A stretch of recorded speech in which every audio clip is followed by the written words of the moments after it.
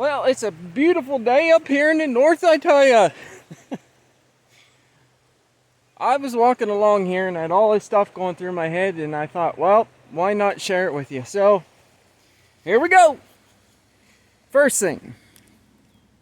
So this field was a field that Steve and I, this is what I call our trial field, our experiment field. So Steve and I seeded this last year, and then all we did is we strip grazed the cows through. Now I want to show you. You see all that grass and clover? You see it? Now that the deer had hit this is about an acre and a half, and right up about right there is as far as we planted. So we got about another acre and a half above it to do yet. But this field was just hammered, if you haven't watched any of my past videos, all winter by the deer. Now there's still some forbs, and I see some dock. Here's some yellow dock. I'll show it to you coming up. But the cows will eat that, and it's very high in minerals. Now I just seen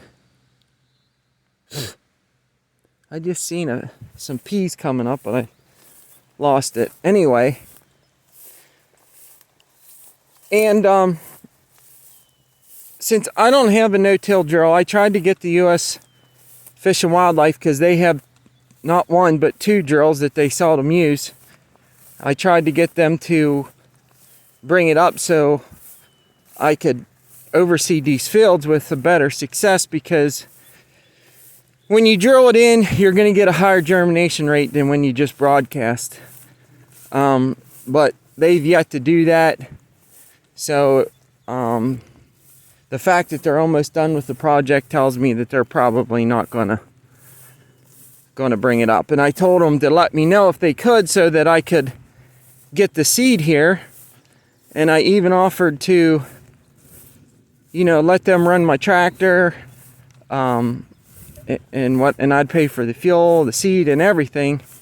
But I don't know if you guys have ever priced having someone come in and no-till drill stuff for you, but it's extremely expensive. And I mean, you can't afford it. And you can't afford to buy one, because even a good used one's like $10,000.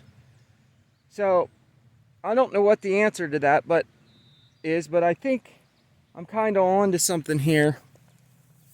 This is, you can just see, it's just, there's so much clover, and what I'm assuming is ryegrass. There's some orchard grass in here, and some blue stem.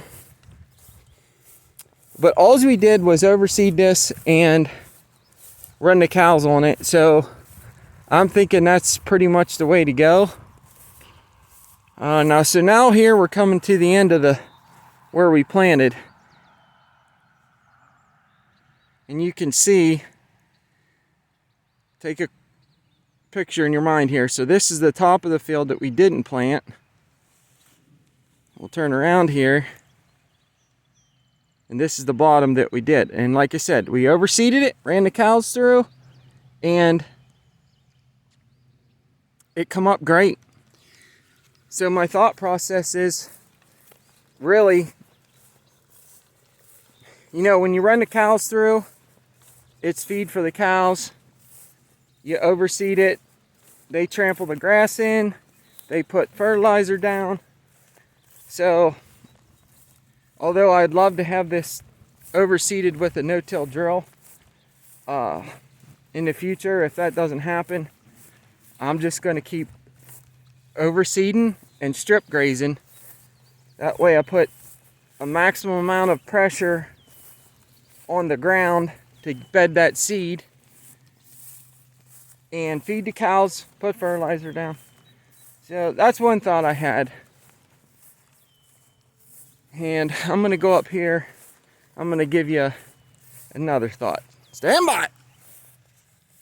Okay, if you go back through my videos, when they were unloading and staging the hemlock logs, right up here is where they were doing it.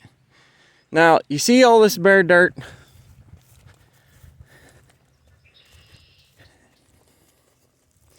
You walk up here, and they made an effort to clean up the bark. You see all this bare dirt? Bare dirt, bare dirt, bare dirt, bare dirt. And I'm not real concerned about this because eventually that bark will rot down. But another view. So here's where they loaded one of the big excavator track loaders. But I work really hard to make sure that there's no bare dirt showing anywhere. Now, they're not completely done, so I don't know what their intentions are as far as seeding this, but I will be having that conversation with them when they get back. Here's another spot. Spot number 3. They had a big pile of logs and stuff over here. They had rock and stuff staged right here. Now they planted this piece, and I'm not sure why they didn't plant the rest of it. Maybe they have a plan that's like the last thing they're going to do before they leave. I hope so, but I don't really understand their thought process here. But I'm a little bit concerned about it. This is a different angle of spot number 3 where I just was. Just so you can get an idea of how much bare dirt is showing. Let's call this spot number 4. So they seeded that, but look at all this. Alright, well, I think I got my point across about the bare dirt. So I'm not gonna, there's a dozen more places down through here that I could show you that I just don't understand why they didn't throw some seed down. Here's another one. So they seeded right to there, but all this is not done yet. Anyway, overall though, as far as the stream project is concerned, I mean, they just did an awesome job, and they're just wonderful people to work with. They really care about what they're doing. So I don't want to sound like I'm harping on them. I just don't understand what the thought process is, I guess. Here's another one. So right here they staged logs and stone and stuff, you can see. So they seeded right there, that they didn't do this yet. So I'm thinking they're probably going to wait till they're all done. I was going through my mind because I just got done telling Troy yesterday, I have this thing with seed and not having bare dirt. And I think probably what it amounts to, here's the apple tree I planted. Looks really good. Grew from seed in my garden. But I think the problem with the reason I have a thing with the seed is, number one, seed is so cotton picking expensive. Especially when you buy a mix. You know, I try to always buy 6, 8, 10, 12 way mix, what have you. Yeah, you can buy like cereal rye and winter wheat for like 20 bucks a bag or whatever, and that's fine, but you know, it's not perennial, which is what I try to focus on. I try to plant as much perennial seed as I can. All right, here we go.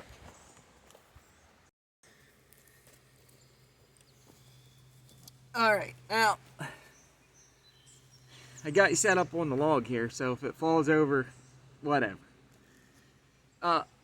Let's talk logging. So, like I said in one of my other videos,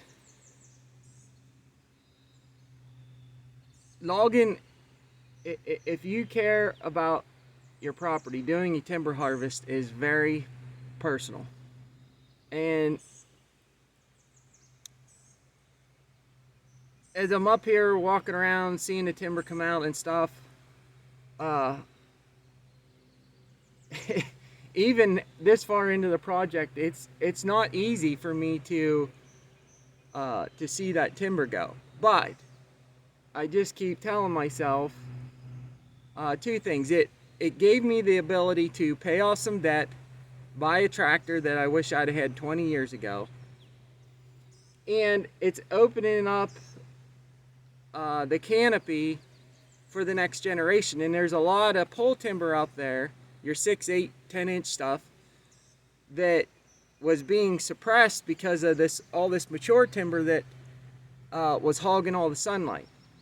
Plus, you'll get a lot of regen on the forest floor, which will provide food for all kinds of animals, cover.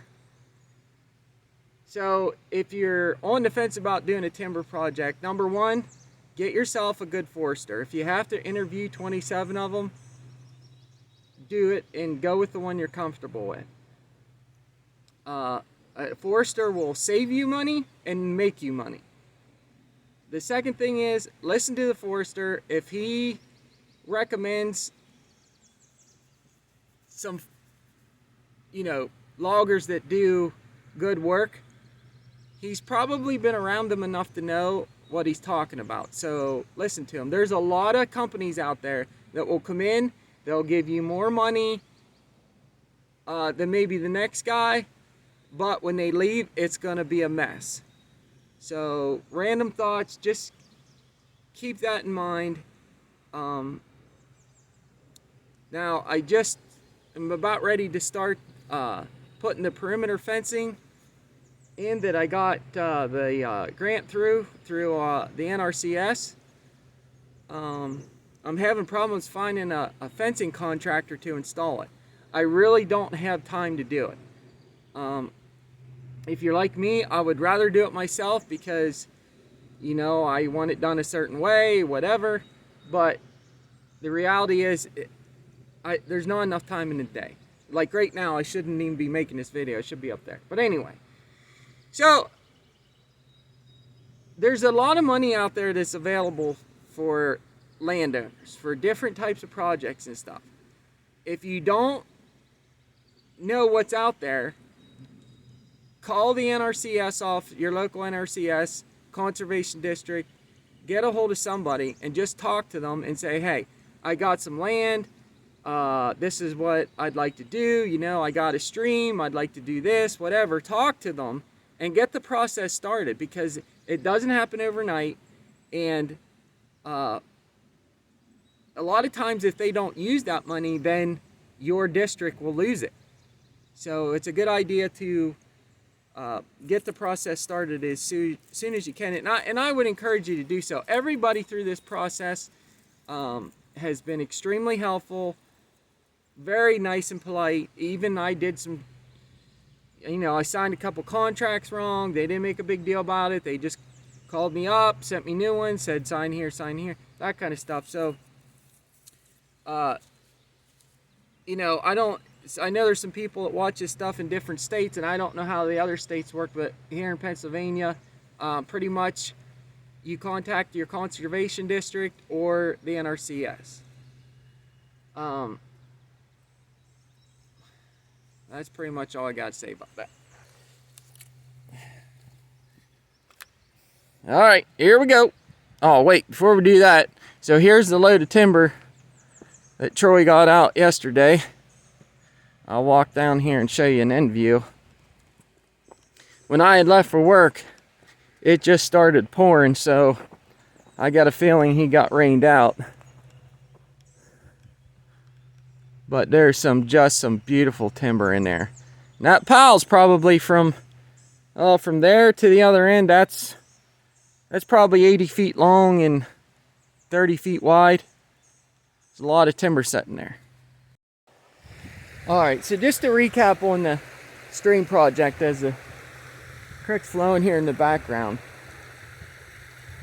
I am extremely excited about what this is going to look like in a year from now. I've noticed, I've walked up and looked at a bunch of things, and the way the stream's flowing and the fish habitat that it created, it's just an awesome thing. And if you have stream frontage,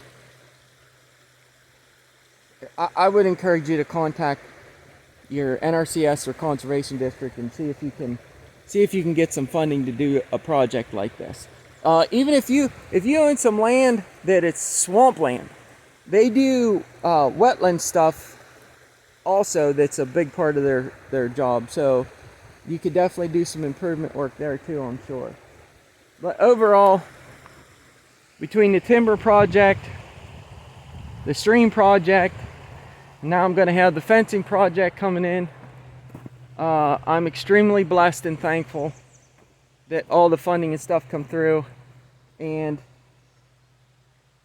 it's you can tell it's a lot because it's like all happening at one time, but it's a good thing. So I guess that's it for today's video, guys. Oh, the other thing, so you see these trees here, so all this stuff's kind of in the road. When we make hay, we stage wagons and stuff here. So I asked Troy if we could push this back and make a little bit more room here, and he said basically absolutely no problem. And you can see he pushed all this stuff back. You know, when he leaves, he'll grade all this stuff off, either with the dozer or the skid steer. All this will get replanted, and it'll look really nice. These two trees are coming out. So, got so much going through my head. Firewood's another thing. Anyway, I'm just gonna end it right here. Some random thoughts. But don't wait.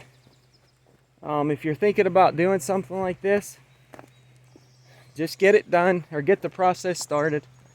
You'll be glad you did. God bless each and every one of you. It's a beautiful day up here in the north, I tell ya. And we'll see you on the next one.